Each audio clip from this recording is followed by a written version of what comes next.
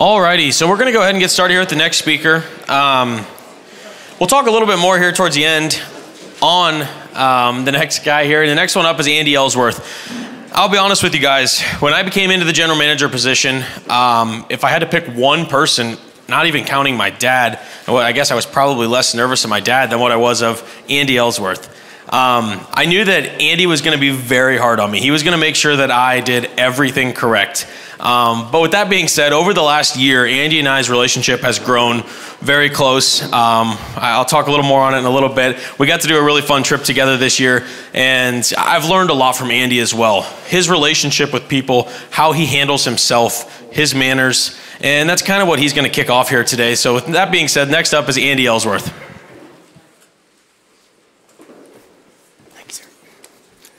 Alrighty, everyone hear me okay? I think we're good up here, so.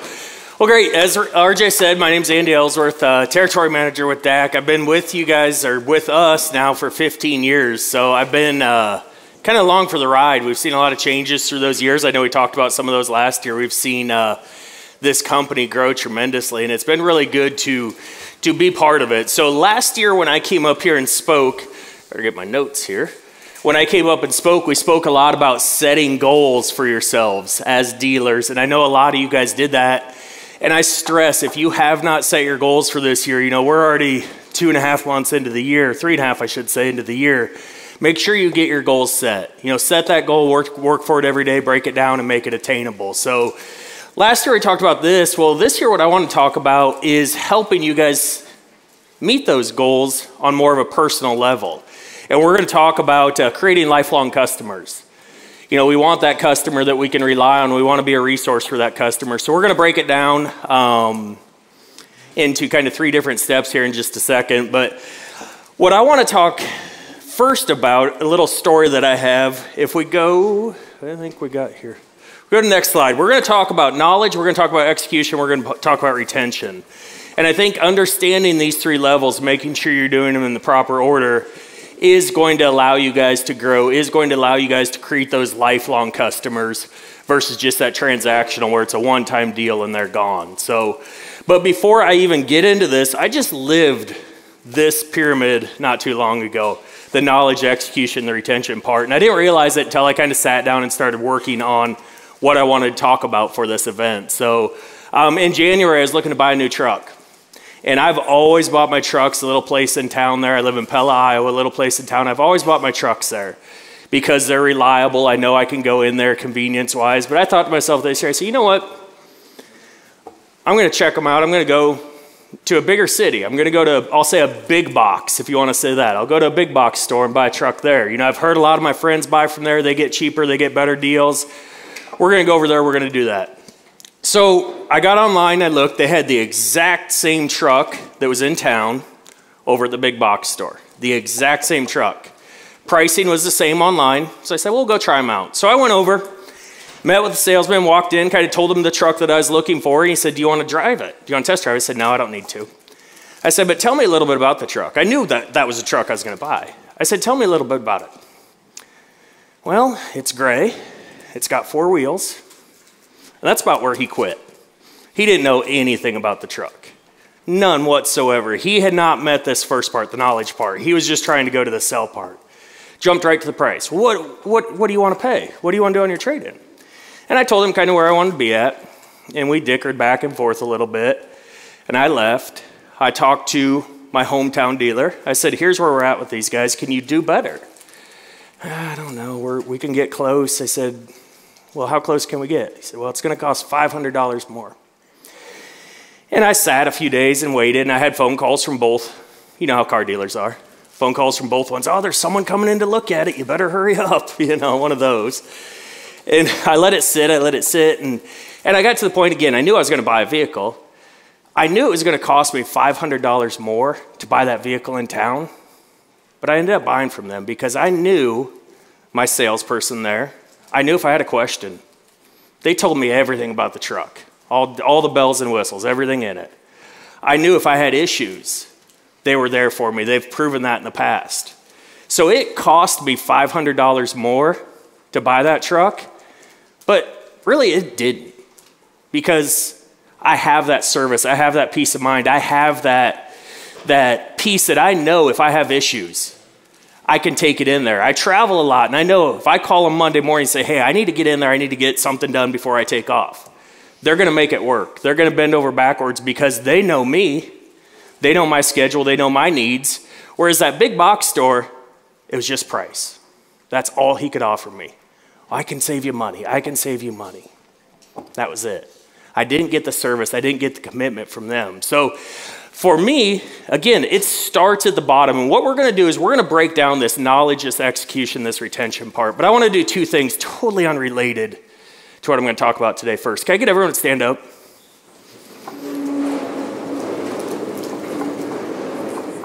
This exercise. You guys have all been snacking all day, right? Okay, let me say this correctly. If this is your first time at DAC days, stay standing. Everyone else sit down.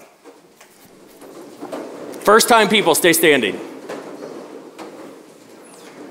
I thought so. I thought we had a lot of new people in here. Let's give them a clap. Okay, now you have to jump up and down 3 times, and then you can sit. Now, go ahead and sit. Thank you. Okay, and then the last thing before we get started, I want to address one of the biggest mysteries that I've noticed today. You guys all got those round things with the logos on them in the middle of your tables? They're cookies. You guys can eat them. They're not horse treats. They're not dog treats. You can actually eat them, I promise. And I haven't tried one yet, but I've heard they're really good. So they're not. I had multiple people looking at them, seeing if anyone else is eating them. So. Yes, so I couldn't hear you. I'm sorry.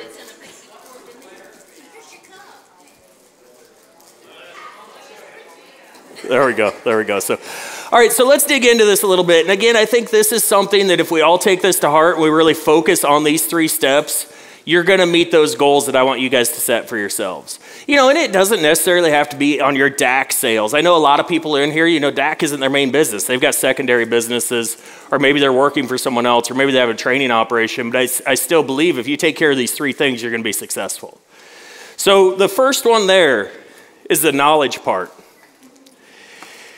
And the biggest thing to understand, you know, the story that I just told you, that big box store tried to skip the knowledge part, and they went up to the execution. They didn't get to retention because they didn't get me past there.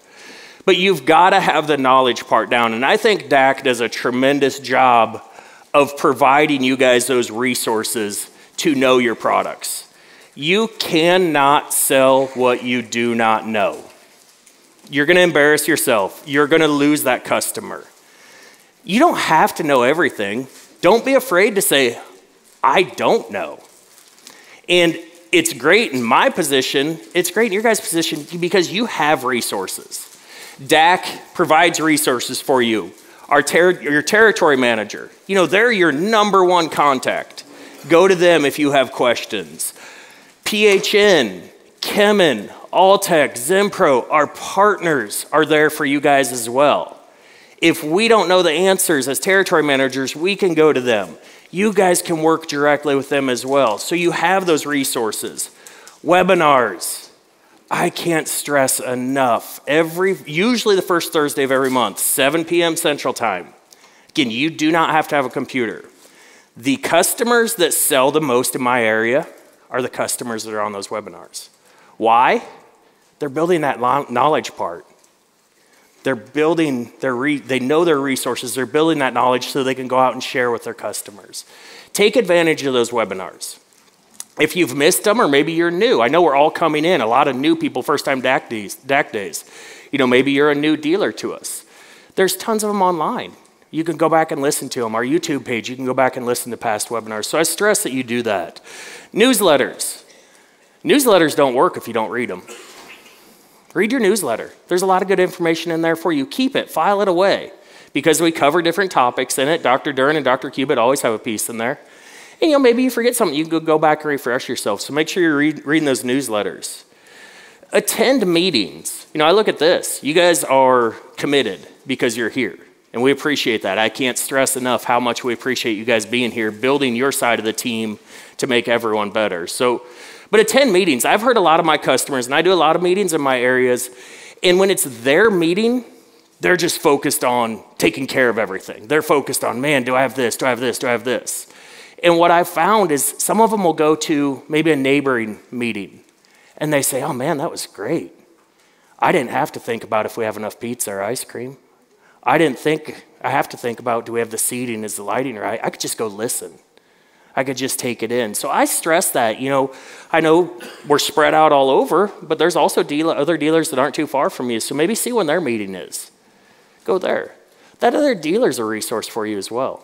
Network. And that's what I love about this. I wish we could come in here and have 40-minute breaks on every break so you guys have more time to mingle and talk. And that's one thing I know a lot of you guys were at the warehouse last night. Next year we'll do the same thing, the evening before. 7 to 9. I told RJ the older I get, I'd rather be 6 to 8. But the night before at the warehouse, that's a great opportunity to come in and talk with other dealers, bounce ideas off of each other, see what's working. So take advantage of that. The other dealers are a great resource for you. So you've got to know your resources, know your products. Start with the products you're comfortable with. I don't expect you to jump in and know every single product, but master one. For me, master DDA. Master oil. Then build from there. You're not going to learn it all every day, but master one. Oil will get you into any barn. DDA will get you into any barn. Vitamin E will get you into any barn. When you go in, maybe say with an orange or a Colt grower, then it's a little more work because maybe they're feeding a fortified grain and you have to switch their feed program. Well, if you're new to someone, you go in there and go, no, you can't do this, you have to do this. They're going to say, I don't want change. I hate change. I don't want change. But if you go in there and say, you don't have to change anything except add this, add that DDA. Come back 60 days later, they're going to say, holy cow, this product works. Maybe I'm open to change. Maybe I will look at adding an orange or a Colt grower or whatever it may be. So start with the products you know, but don't stop there. Build, build, build. Master that one, then move on to the next, then move on to the next, then move on to the next. So start with the products you know your products. That is key. You cannot skip this step. And I can't stress that enough. You will not be successful if you don't know what you're selling. So really, really focus on that knowledge part. Build your team. Again, on our side, DAC, we've done a tremendous job putting a team there for you. But also in your area, in your community, work with your local veterinarian. Work with other horse trainers, friends, family. That's a great part of the team. Work with other people in the industry. And when I think of a team atmosphere, I always, Tammy's in here. Tammy Harm's up in Platteville, Wisconsin. It's funny on Facebook. She'll post all the time, say, hey, anyone going to such and such barrel race? I can't make it, but someone needs product up there. And there's always 4 or 5 comments within, it seems like 10 minutes. Hey, I'm going, or this person's going, or this person's going. Those people don't have anything to gain out of taking it up there, but that's part of her team. That's part of her circle. The larger you can make your circle, the better you can take care of your customers, the more customers you're going to have. So build your team out. Again, you come in with a really strong team set from our side, but then work in your area with your team. Try to get more people on your team. So practice, practice, practice. That's one key. Practice on your, best friend. Try to sell them something. Practice on your territory manager. Go through the spiel. Have them throw questions at you. You answer those questions back. But again, don't be afraid to say, I don't know. I'll find out. That's the key part. I'll find out. If you just say, I don't know, you're just leaving them out to hang, but I'll find out. And then follow up with Tanya, with your territory manager, with whoever. But then the key part is then get back to that customer with that actual answer. So it starts with knowledge. And if you don't have that, you can't step farther up. You're not going to have that growth. You're going to be more of transactional sale where it's a one-time deal. You're never going to see that person again. So start with the knowledge part. Now, if we move, I guess I got ahead of myself a little bit. I hear this a lot. I'm not good at sales, or I'm not a salesperson. You know what I say to that? I say, I don't care. We've got a good product. It's easy to sell, but we've also got to realize that sales, it's not a talent. It's a skill. A talent is something that you're born with. A skill is something you can practice. You can make yourself better by practicing every single day. So that's why I say practice. Again, start with what you know, where you're comfortable, where you're confident, and then go from there. Practice, practice, practice. And pretty soon, you'll say, sales are easy. All you're doing is telling a story. That's all you're doing. Know your story, but all you're doing is telling a story. You're listening. We'll talk about that in a little bit, but you're telling a story. So that's the neat part. I'm not good at sales. Great, we can get you there. Practice. Let's build that knowledge, and then let's practice sharing that knowledge. Just practice sharing what you've learned.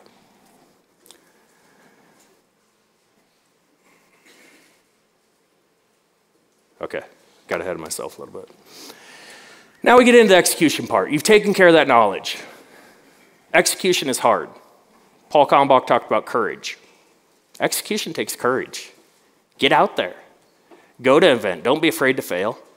I think I told this story in here actually. The first meeting that I did was for Aaron Yoder. We had a big crowd. We didn't sell anything. I was scared. I was sweating. It was hot anyway. But we didn't sell anything there. And, I looked at that and I'm like, man, that was a failure. But I did it and I learned from it. Go out there, pick an event. And this is something where work with your territory manager on picking maybe the right event to go to. Or work with other dealers. Say, hey, you've gone out, maybe you've set up at something. What do you find works best for you? What should I take? How should I set it up? But that part takes courage. You've got to take that step to get out there. Host a meeting. That is one of the best things. Number one, it's on your home turf. You're not going somewhere foreign. Lots of times that meeting's maybe at your house. Well, raise your hand if you're a horse person. Raise your hand if you like sharing stories about your horse. Man, that's an easy conversation starter right there. That's an easy way to get comfortable. Bring them into your house. Host that meeting. You've got help when you're doing that. I would wish I could get to every event. Other territory managers do as well. We wish we could stand next to you every time you're going to that event. It's just not feasible. So those meetings, lots of times, we're there. We can be the buffer for you. We can be the help for you right there that day. So host a meeting. In a meeting, there's many different types of meetings. There's webinars, there's in-house meetings. So work with your territory manager. If you're not, it's a tremendous way for you guys to help execute, help get that knowledge out there. Avoid chaos.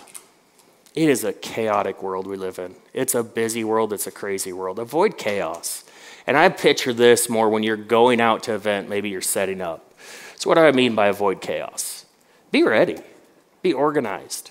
Have your booth in place. Have your booth look nice. Everything looks clean. Everything's pointing in the right direction. Display it in a way that you're proud of. But be ready for those customers to come in. Have your ticket books. Have your bags ready for them. Have your scoops, your pumps, all that stuff. But be ready for them to avoid that chaos. We did in February, Nicole spoke on setting up at events, and I think that's a really good one. It is on the YouTube channel. Go back and listen to that. And she said, here's things that you need to take, and we can print that off for you guys that maybe don't have access to the internet. Here's a list of things you need to take when you go to a show to be ready. Because the last thing, and I'm sure you guys have all lived it, last thing I want when I go try to buy something from someone is them not being ready for it. Oh, hold on, I gotta go find this. Hold on, let me find a ticket book. Hold on, I don't know this, I don't know that, I don't know that. Pretty soon you're sitting there going, man, let's go. We're always in a hurry, but you're like, let's go, let's be ready. So be ready for that customer. Be ready to meet their needs, be ready to answer their questions and avoid that chaos. Listen. That's one of the hardest things to do is listen. Take time and not just listen, actively listen. Undivided attention. Look that person in the eye, face that person, and try to understand where they're coming from. Ask leading questions. You can't fix their horse if you don't know what's really going on. Ask questions. Hey, what are you feeding for hay? What are you seeing? Are you seeing this horse diarrhea? Look at the poop. As Jenna said, look at the poop. Ask those questions that gives you a better picture of what's going on with that animal instead of just saying, oh yeah, you need this or you need this. But you've got to listen, and I'll come back to the listen in just a second. And then reflect. I think this is one of the biggest things, because we all fail, we all succeed. Reflect on both. You have someone comes in, they don't know anything about the products, you tell them about the products, you sell them the products, that's great, that's a victory, right? Why did it work? What helped you make that person know that they needed DAC? Why did that work? The next person comes in, they come in, you spend 10, 15 minutes with them, and you're talking, they don't buy anything. Why did that not work? Did you do something differently? Maybe the customer just flat wasn't going to buy regardless. Or maybe you didn't listen, or maybe you didn't get to the right product, or maybe you didn't know the right product to recommend to them. So reflect on both our positives and our negatives. You're going to learn a lot. You learn a lot from wins, you learn a lot from losses. So make sure we reflect every time that something works, every time that something doesn't. But go back to the listen part. I think this pretty well sums it up. Listening is an essential life skill, yet most of us have never practiced listening. We practice sports, music, dance, and art. Practice listening. You hear the key word in there? It's a skill. It's not a talent. We talk talent is born into you. We're born with talent. It's a skill. We can all get better at listening, and you will be a better, I truly believe, a better person, a better spouse, a better salesperson, more successful if you can listen. Customers tell you what they want. Lots of times we just don't listen.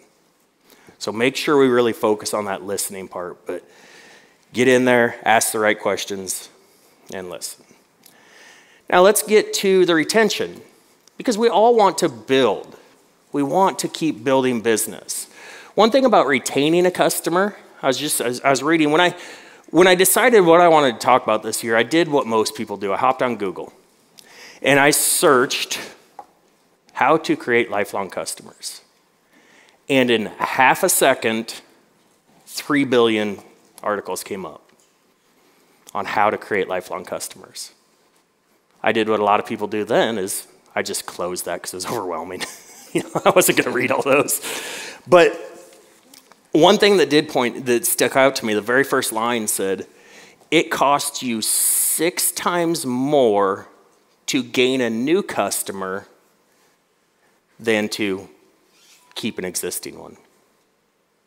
Now that cost can be money. No one wants to spend more money than they have to. But more importantly, that cost is time. That time part limits all of us, doesn't it? Whether it's time away from your family, whether it's time away from maybe doing something else you want to do. So it costs you 6 times more to gain a new customer than it does to keep that existing one. So take care of those existing ones. Foster that relationship that we have with those. They're going to come back time and time and time and time again. They're reliable. So how do we do that? That's the retention part. And again, we're not going to get to retention if we don't have the knowledge. We're not. You do someone wrong one time, and maybe it wasn't on purpose. Maybe you recommend the wrong product out of them because you haven't built that knowledge. They're not going to come back more than likely. So we've got to have that knowledge part. But how do we retain those customers? How do we keep those customers coming back? Become a resource. And that's one of the biggest things. And I've heard Dr. Cubitt say a million times, we all want to feel like we can help someone else. And that is very true. We want to help these customers meet their needs of their horse. We're all doing different things with our horses here. We've all got different goals for them. But figure that out with your customer. Get personal. When I say get personal, you don't have to know what they had for breakfast or what their favorite movie is. But know more about their horse. Know more about what their goal is for that horse. Do they just want that horse to live a happy life out in the pasture? Or do they want that horse to be a racehorse or an eventing horse? Get personal on level. Know more about them. What's your business? How's business going? How the kids doing? Build that relationship. Build that. Instill that in them. They'll keep coming back for you. Communicate. I think this is a big one, and I know some of the speakers today talked about that communication. Communicate with your customers. Let them know maybe when you're going to be in the area. Let them know that there's a sale coming up. I know a lot of the dealers that I had come out here, we've had meetings for them in the past week, 10 days, and they said to their customers, they said, hey, I'm going out to Ohio next week. I get better pricing when I come out there. You want to just wait a week before you place that order? Let me know what you need. I'll pick it up. I'll get out there and you'll save. Communicate those sales. Communicate new things. Communicate something you learned today. Again, there's, I don't know a head count yet, but there's, 50, 200 people in here. But if you go out and share something that you learned today, That's 400 people. Multiply that. Let them know that you learned something. They pass it on. Someone else learns it. So communicate what you learned. Communicate about your sales. Communicate what's going on maybe with the company, because you're kind of their lifeline. Hey, Dak's coming out with a new ingredient, or Dak's going to add a really neat smell to the Laser HD, which I don't know if I'm supposed to say that or not, but we are.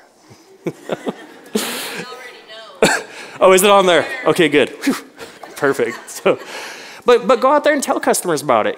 Plan ahead, get them ahead of it. People will look forward to that. They're going to be excited about it. So communicate with your customers, and they'll feel like they're part of the team as well, which is great.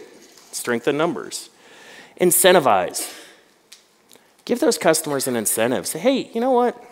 You've been buying a lot of product here. If you buy one more bag, I'm going to throw in a 5-pound something. I'm going to throw in a hair care. Or you know what? I go back to Tammy. Tammy's got a referral program with a lot of her really good customers. Say, hey, if you send someone my way and they say you send them my way, I'll give you $10 off your next purchase. Do a punch card. I've got dealers that do punch cards. Say, hey, you buy from me $100 value, I'll punch a card. Every $100, when you get up to $1,000, you're going to get, whatever you decide. So incentivize that. They're going to be more likely to come back to you than maybe not use the products or maybe buy them somewhere else. Again, you're building your own individual business, so incentivize that. And then the last part, and I guess before I get to that, I want to talk about the retention part again. I think Dak also does a tremendous job helping you guys on that. We've got a quality product. And that's one great part. I talked about people say we're not salespeople. We're not a salesman. You can learn, but at the beginning, we've got a tremendous product. We've got a tremendous brand. When I started with Dak 15 years ago, a lot of people didn't know about it. Or they thought it was the Dak Oil Company. They thought that was the only product that we had.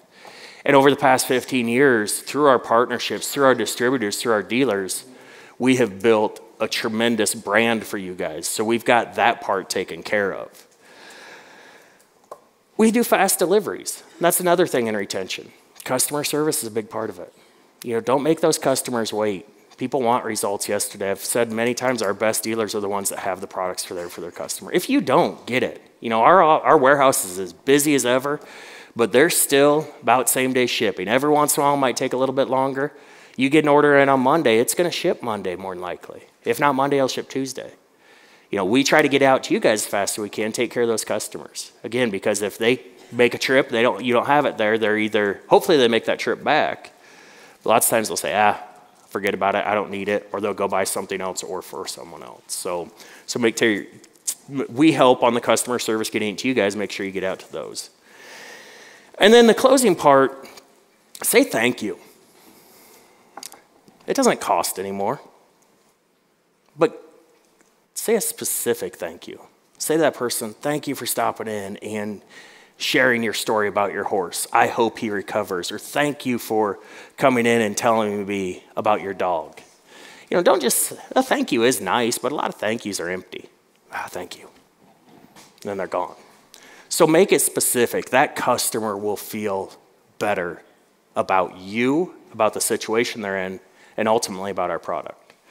So don't be afraid to say thank you. Again, I know this world is a interesting place, and sometimes that's all it takes. So in closing, thank you for spending time with us. Thank you for making the trip. And I hope you guys enjoy the rest of the day.